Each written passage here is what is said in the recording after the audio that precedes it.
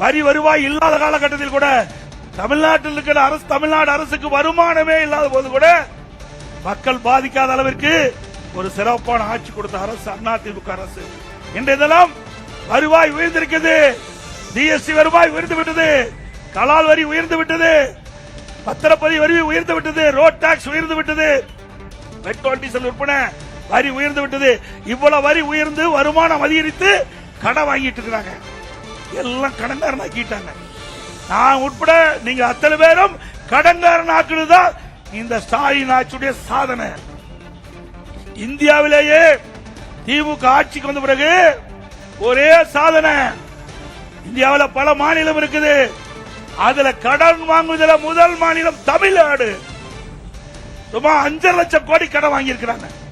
1 லட்சம் கோடி 2 லட்சம் கோடி 5 லட்சம் கோடி கடன் வாங்கி தமிழ்நாட்டு மக்களை கடனால் ஆக்கியதுதான் இது ஸ்டாலினுடைய சாதனை.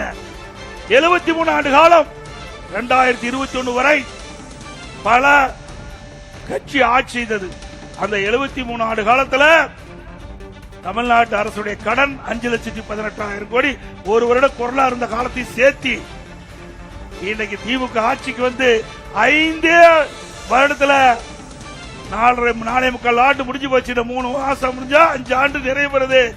இந்த 5 ஆண்டுல 5 லட்சம் கோடி கடன் வாங்கி சாதனை படைத்த அரசு அண்ணா திராவிட முன்னேற்ற கழக அரசு என்பதை நாம் எண்ணி பார்க்க வேண்டும். ஆக இப்படி நாட்டு மக்கள் மீது கடன் சுமத்திய அரசு தேவையா? தேவைங்களா? இதுக்கு எந்த திட்டமும் அல்ல, எந்த ஒரு பெரிய திட்டமும் அல்ல. புதிய மாவட்டத்தை உருவாக்கல, புதிய மெடிக்கல் காலேஜ் கொண்டாடல, புதிய சட்ட கல்லூரி கொண்டு வரல, புதிய கலை மற்றும் அறிவியல் கல்லூரி கொண்டு வரல, புதிய பாலம் கட்டல, புதிய சாலை அமைக்கல, புதிய தடுப்பணை கட்டல. எவ்வளவும் செய்யாம இவ்வளவு கடன் வாங்கினது.